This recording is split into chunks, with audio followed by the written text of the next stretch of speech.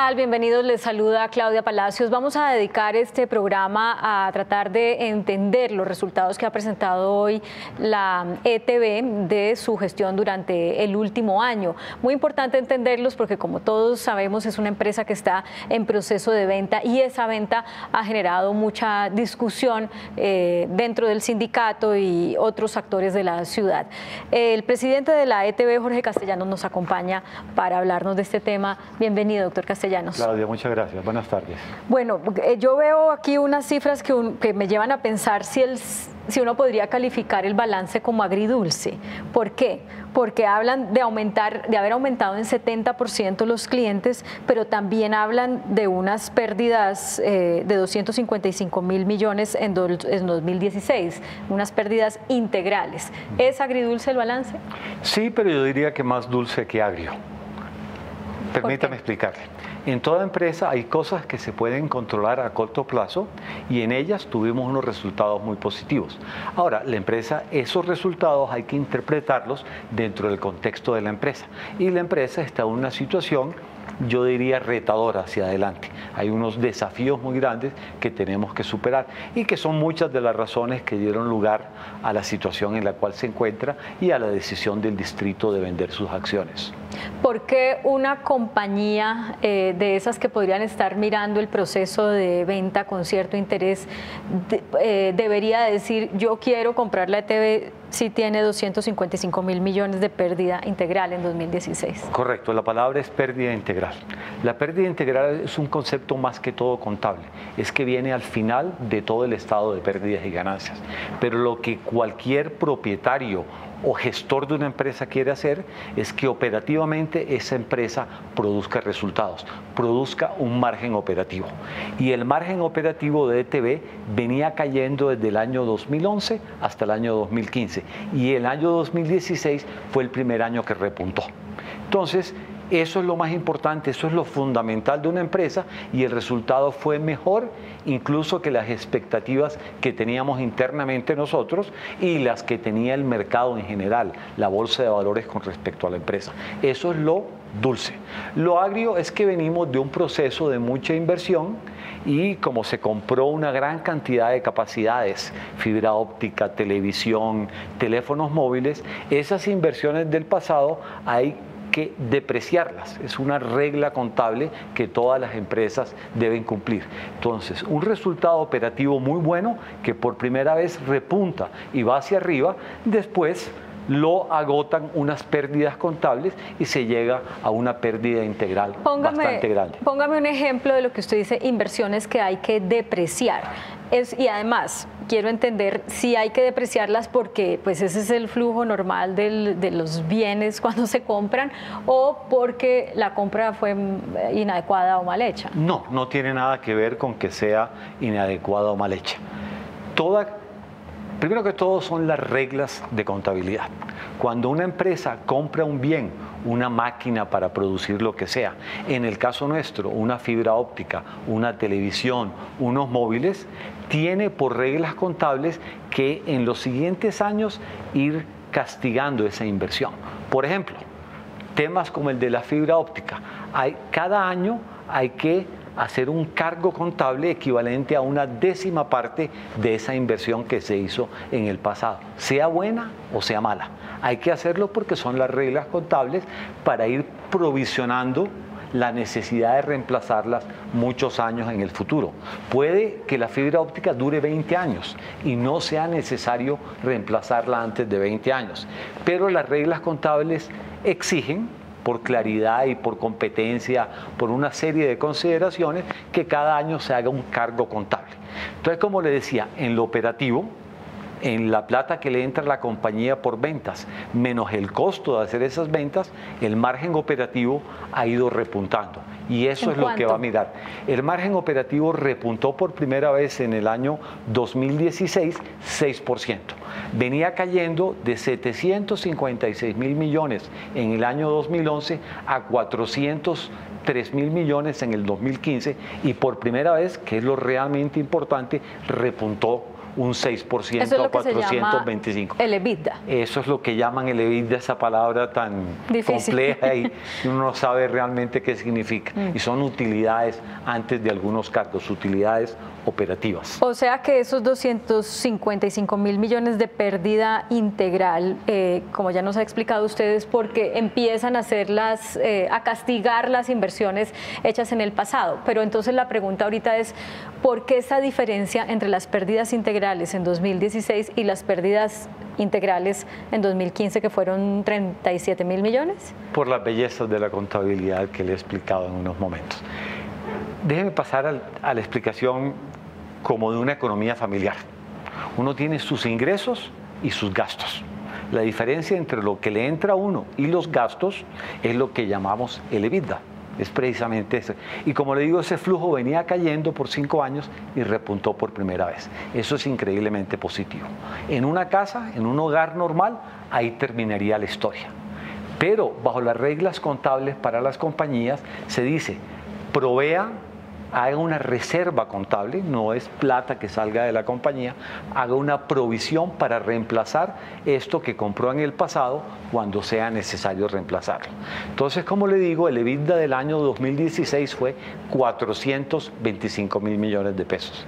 Y hay que hacerle un cargo por depreciaciones y amortizaciones contable de esas inversiones de 640 mil millones de pesos. Eso inmediatamente da una pérdida de 216 mil millones de pesos. Pero que un experto en este tipo de materias no las ve como algo que le dé menor valor a la empresa, sino una realidad del negocio, una realidad contable. Y que en la medida que se explote esas capacidades, esto eventualmente dará lugar a unas utilidades muy grandes en el futuro. ¿Y por qué esto se hace todo en 2016? O sea, ¿por qué ahí es que se empieza a castigar el resultado de las inversiones, si además estas inversiones no se hicieron todas en 2015, sino que venían desde antes? Okay. El grueso de las inversiones se hizo entre el 2013 y el 2015. Y ese EBITDA, esa utilidad, menos las amortizaciones de 2015, dio lugar a una pérdida de 252 mil millones de pesos. En el 2016 fue una pérdida de 216, pero ya menor, lo que da una señal obvia y esperada de recuperación de la empresa. Y eso es yo diría que es una de las principales razones que la acción de ETB, que se compra y se vende en la Bolsa de Valores de Colombia, ha estado subiendo increíblemente bien en los últimos 14 meses desde principio. ¿En cuánto está? En este momento está alrededor de 645 pesos por acción. El 1 de enero del 2016 estaba en 507 pesos. Eso es un crecimiento como del 26%, un crecimiento extraordinario. Eso le muestra que los profesionales del negocio, que son más que todo fondos de inversión y gente muy sofisticada, ven valor en la empresa, independiente que más abajo, por razones contables, tenga lugar una pérdida. Pero es una pérdida por la cual tenemos que preocuparnos. Quiere decir que se cambió el camino, estamos mejorando, pero nos queda un camino muy grande. Tenemos que pasar de pérdidas de 216 mil a utilidades. Imagine todo ese camino que tenemos que recorrer todavía. Me devuelvo un poquito porque no sé si me quedó perfectamente claro. Esa diferencia entre tener una pérdida de 37 mil millones en 2015 y 255 mil en 2016 se debe netamente a ese juego contable que usted nos explicó. ¿Por qué, si las inversiones se venían haciendo desde antes, como le había dicho en una anterior pregunta, esa pérdida no se veía proporcionalmente reflejada en los resultados de 2015? Con un poquito de aprehensión le respondo la pregunta. El año 2015 fue un año muy sui generis en Colombia. Fue el año en que entraron en operación unas normas internacionales de contabilidad que hacen la contabilidad muy transparente. Ese año hubo una serie de efectos sorprendentemente positivos para la compañía y una pérdida operativa de 252 mil millones por una serie de cargos de más de 215 mil millones de pesos dio lugar a esa pérdida relativamente pequeña. Pero la depreciación que le he mencionado en el año 2015 fue más de 600 mil millones de pesos. Esa pérdida operativa, que es el núcleo de la entidad, pasamos de 252 negativos, pérdida, en el año 2015 a 216 pérdida, pero menor en el 2016. Eso es lo que un profesional del negocio reconoce como un buen desempeño de la compañía. Pero obviamente son pérdidas. Esto quiere decir que quien venga va a afrontar pérdidas. No solamente se dieron en el 15 y en el 16. El año 2017 empezaremos el año con un cargo contable del orden de 600.000 millones de pesos. Es la estructura de la empresa. Y la única forma de irlo reduciendo es ir incrementando ese margen operativo que le mencionaba. Entonces, la dirección es la correcta, pero falta mucho tramo por recorrer. O sea que para un potencial comprador hay que decirle cuántos años más la ETB va a dar este tipo de pérdidas. Sí. Cualquier comprador razonablemente esperaría que quedan algunas pérdidas por delante. Nosotros no proyectamos ni hacemos este tipo de previsiones del futuro que es incierto. Las únicas proyecciones o previsiones que son razonables es con respecto al pasado. Esta es la forma como, se burlan de los economistas. Los economistas somos muy buenos en prever el pasado. Proyectarlo hacia adelante es un poco más difícil, pero sí, la tónica será de pérdidas. Bueno, de ese aumento del valor de la acción que usted dice alrededor de 26%, ¿verdad? De ese aumento del valor de la acción, ¿qué tanto corresponde a la expectativa de venta o al manejo que se está viendo de la empresa? ¿Cómo se puede calcular de dónde sale eso? La respuesta corta está usted completamente en lo cierto. Una parte se debe al manejo de la empresa, al repunte. Otra parte a la expectativa de quien llegue va a pagar un precio muy alto por la empresa. ¿Por qué? Porque está en vías de mejora. ¿Qué porcentaje corresponde a uno y qué porcentaje corresponde al otro? Nadie puede decirlo porque no hay ninguna medida que permite saber por qué los accionistas están pagando tanto, por qué valorizaron la empresa. Las acciones al por menor, al detal de la empresa, se valorizaron extraordinariamente en esos 14, 15 meses. ¿Por qué la llevaron a esa valorización? ¿Porque están viendo una mejora o porque también esperan que quien venga va incluso a incrementarle más el valor? Quienes están en contra de la venta de la ETB dirán, no es por la expectativa de la venta, sino porque están viendo una mejora, y si la mejora es extraordinaria, que es la palabra que usted ha usado, pues ¿por qué no le damos tiempo a que eso siga mejorando extraordinariamente y no haya necesidad de vender la empresa? Ante ese argumento que yo les diría que en la vida nada es blanco y nada es negro. Probablemente es un justo medio entre esas dos realidades. Pero la empresa tiene grandes capacidades. Para hacerla crecer, para explotar esa fibra, esa televisión, esos móviles, es necesario invertir bastante dinero. Dinero diferente del que se invirtió antes. Dinero que va fundamentalmente a vincular nuevos clientes. Y ya hablaremos del crecimiento de clientes en el año 2016. Y eso requiere una capitalización de la empresa. El distrito nos ha dicho muy claramente: nuestra prioridad no es capitalizar una empresa, nuestra prioridad es hacer gasto social. Entonces, como gerencia, nosotros no esperamos del actual accionista una capitalización que es muy necesaria.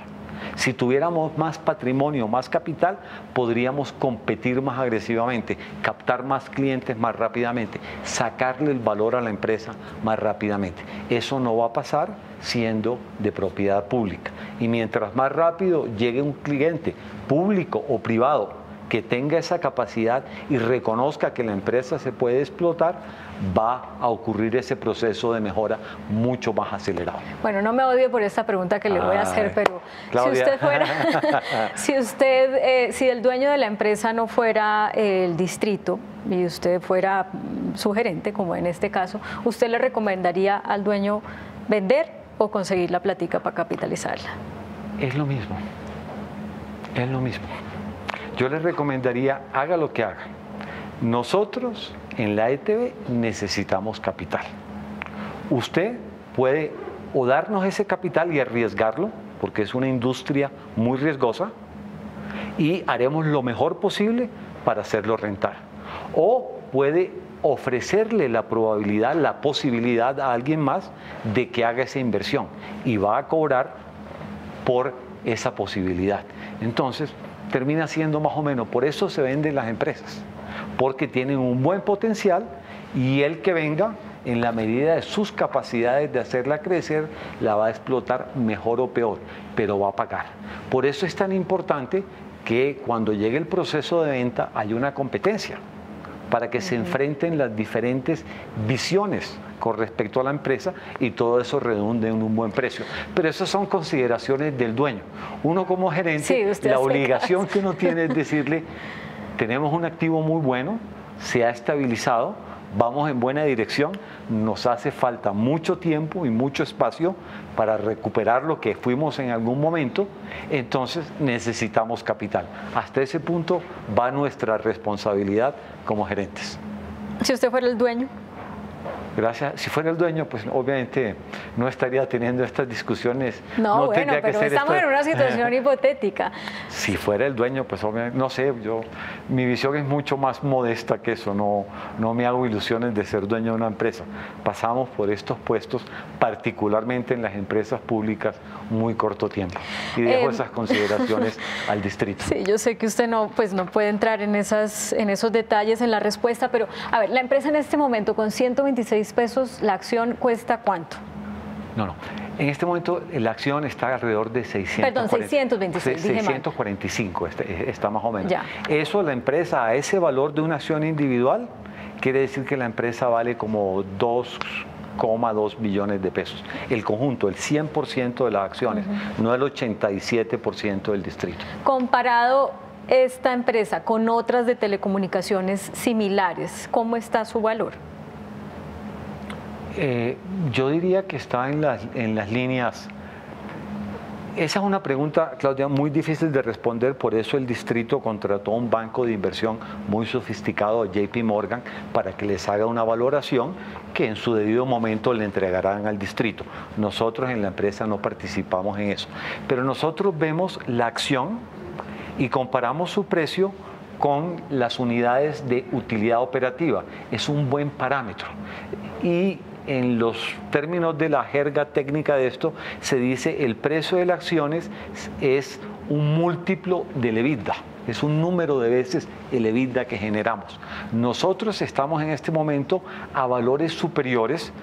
Como múltiplo estamos transándonos más de 5 veces el EBITDA, que son valores de las mejores compañías como por ejemplo América Móvil, que es la dueña de Claro aquí en Colombia. América Móvil, que se compra y vende en la bolsa de Nueva York. Nuestros múltiplos de EBITDA son iguales o han sido en los últimos meses incluso un poquito más altos que los de América Móvil. En ese sentido es un buen punto de comparación. ¿Qué porcentaje del avalúo es este análisis que usted acaba de hacer? O sea, ¿cuánto pesa en el avalúo final que puede hacer una firma calificadora esto que usted nos acaba de explicar? Ay, claro, usted insiste en llevarme temas que son como técnicos y un poquito difíciles de explicar. Cuando vemos el precio de las acciones en la bolsa, eso es el precio de una acción en particular o un conjunto pequeño de acciones al por menor. Y eso sienta, yo diría, como un piso, como una base del valor de la empresa. Sin embargo, cuando se vende más de la mitad de las acciones de la empresa, generalmente se paga un poco por encima de ese valor mínimo. No sabemos cuál es ese valor. Ese valor solo se sabrá si se llega a un punto de competencia y alguien ofrece una prima por encima del valor de las acciones en bolsa. Hablemos de algo que me llama particularmente la atención y quisiera como entender, no sé si ustedes lo tienen analizado, ¿qué está pensando el público que consume productos de la ETB? Porque llevamos un año hablando de que la van a vender, que hay una polémica por esto, pero hay 70% más de clientes. Sí, más que el 70, permítame hacer un preciso, 70 es el mínimo. ¿Qué es la ETB? La ETB es una combinación de tecnología un poquito antigua y tecnología nueva. En la tecnología antigua que son los viejos teléfonos, esos que tradicionalmente... Los de cobre. Exactamente, los teléfonos que llegan a la casa por una línea de cobre. Y temas como larga distancia, como todas las empresas de telefonía en el mundo, ha venido encogiéndose gradualmente. El año pasado nos encogimos un poco más del 1% en esa línea. Y tenemos otros productos que se compraron en los últimos años. Fibra óptica, donde categóricamente tenemos la mejor fibra óptica al hogar, la que da la velocidad de banda ancha más alta de todo el mercado. ETB tiene velocidades de banda ancha de hasta 150 megabytes por segundo. Para darle una idea, el normal de los bogotanos compra velocidades entre 5 y 15 megabytes por segundo. Entonces es la mejor en ese sentido. Entonces, obviamente, como todo gerente, nosotros hacemos un énfasis en vender lo que es el futuro y dejar que el pasado pues, se vaya marchitando normalmente, frenando su marchitamiento, pero el orden normal de las cosas. Le voy a dar el crecimiento de las 3 líneas de productos. Fibra óptica, primero que todo, que es teléfono más banda ancha. En esa línea crecimos 87% el año pasado. En 3 años llegamos a un nivel de 100. En el año pasado únicamente subimos 87 unidades para ponerlo en contexto. En televisión interactiva, donde tenemos la televisión interactiva digital, usted probablemente conoce en detalle que uno puede retroceder canales, hacer una serie de cosas que los competidores no pueden. En esas crecimos 70%. Y finalmente en la línea de teléfonos móviles, los celulares, crecimos 79%. Eso es muy bueno porque eso diversifica nuestro ingreso. El año pasado los productos nuevos aportaron ya 21% al final del 2016 de los ingresos de la empresa. Para ponerlo en contexto, al final del 2014, 2 años antes, apenas aportaban el 1% de los ingresos de la empresa. Entonces, esas son de las razones que estructuralmente la empresa está mejorando. Está enfatizando las cosas del futuro y dejando gradualmente, con mucho cariño, aquellas cosas que tenemos del pasado, como los teléfonos de cobre. En ese orden de ideas, ¿valió la pena hacer las inversiones que se hicieron al final de la anterior administración? Mire, invertir es una necesidad de cualquier empresa. Invertir, empresa que no invierte, se estanca. Pero la situación era que hasta el año 2012, ETB era una empresa que no crecía en clientes, pero era muy rentable. Y la inversión se hizo de una manera tan acelerada, en un periodo tan corto, en un periodo de más o menos 3 años, se rotó, se cambió, se invirtió en la mitad de sus activos. Haga cuenta que del valor de una casa que usted tenga, le añade otra mitad completamente nueva en 3 años. Y naturalmente hacer eso tan acelerado y tantas cosas al tiempo puso a la empresa en una situación bastante difícil al final del 2015. El flujo de caja, que es la sangre de la empresa, se fue secando. Y la posibilidad de endeudarse o de vender cosas que no eran del negocio o de utilizar la caja acumulada en muchos años se agotó en ese año. Y cuando llegamos en el 2016, y de ahí la necesidad de capitalizar la empresa, fue necesario utilizar todos los recursos financieros para lograr ese crecimiento. Para mantenerlo a esos niveles, 87, 70, 79, necesitamos desesperadamente capital. Si no, se marchitaría esas oportunidades que tenemos en este momento. Me queda un minuto. ¿Qué le dijeron sus accionistas, que son el 17%, ¿no? Porque ETB es dueño Todos. del 83%. No. El distrito es dueño, Distrito es dueño del 87%. Entonces 13%. Y el 13%, yo creo que estuvieron muy contentos. Fue una asamblea. Pero no les va a repartir dividendos. No les vamos a repartir dividendos. ¿Y el año pasado sí o no? El año pasado tampoco. Porque una empresa que dé pérdidas, ese es el principal problema de las pérdidas contables, que no permiten repartir dividendos. Y obviamente algunos de ellos expresaron el interés en recibir dividendos, pero la coyuntura todavía no da para eso. Eventualmente, si seguimos como vamos a dar dividendos, pero yo no diría que es en el futuro próximo. En ese 13% que tiene de accionistas, ¿cuántos hay? ¿Cuántos? Hay más de 1000 accionistas. ¿Y grandes?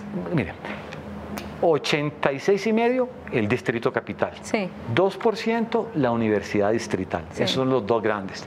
Después vienen unos pedazos bien pequeñitos de la Lotería de Bogotá, la Energía de Bogotá, la Caja de Vivienda Popular, el Departamento del Meta, la ciudad de Villavicencio, pedazos muy pequeños, y cerca de un 12% de accionistas fundamentalmente privados, fondos de inversión internacionales, personas naturales colombianos, internacionales, que son muy activos, son los que la compran y venden la acción en los mercados. ¿Qué porcentaje de ese 13% está de acuerdo con la venta y cuál está ahí diciendo? Pues no hemos hecho una encuesta, pero por lo que oímos y por el precio. ¿Se acuerda que usted me preguntó qué parte del crecimiento del precio viene de la gestión y qué parte de la expectativa de la venta? Yo diría que hay una parte muy importante de ellos que cree firmemente en la venta, en lo que les compete, que es hacer una inversión y esperar ganar con ella. Doctor Jorge Castellanos, presidente de la ETB, muchas gracias. Claudia, muchas gracias. Bueno, ustedes también gracias por acompañarnos, sigan con nosotros.